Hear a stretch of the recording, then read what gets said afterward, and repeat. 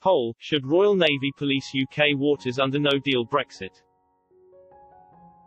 Boris Johnson's threat to deploy Royal Navy vessels to police British waters after Brexit was met by a backlash from politicians across Europe. Do you think the ships should be sent out to keep foreign boats out of the UK's rich fishing grounds? Vote below. The Prime Minister's plan to send the 80-metre-long vessels to inspect the UK's exclusive economic zone, EEZ, was ripped apart by Ireland's Taoiseach Michael Martin. And in a no-deal warning he said the proposal demonstrates the dangers of an acrimonious breakup between the European Union and its former member state. If the UK and Brussels fail to agree a deal, 2 ships will be sent out on January 1 while 2 others will remain in ports on standby. The Royal Navy will have the power to stop EU fishing boats and carry out inspections. Sailors will also have the authority to impound any trawler found illegally fishing in UK seas. The threat drew comparisons with the infamous Cod Wars, including the Third Cod War of the 1970s.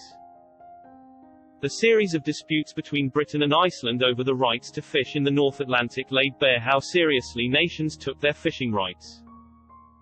Each confrontation ended with Iceland winning.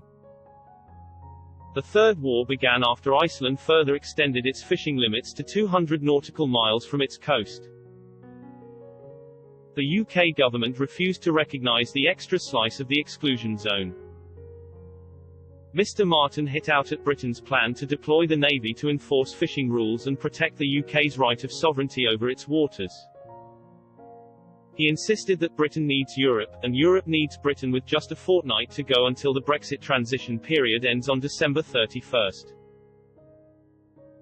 On the UK's threat to police its own waters, he said, all of that type of language isn't helpful, although, depending on how you read a particular situation, all nations have their fisheries protection capacity. Perhaps it demonstrates the dangers of an acrimonious breakup because dialogue matters more, and we know from our history that dialogue is far better than conflict. In my discussions with Boris Johnson, I have always pointed out to him the interdependency of the fishing issue in terms of where they are found and where they end up. The real end is New Year's Eve, but both sides are very possessed of the need to try and get outcomes to these negotiations in the next numbers of days.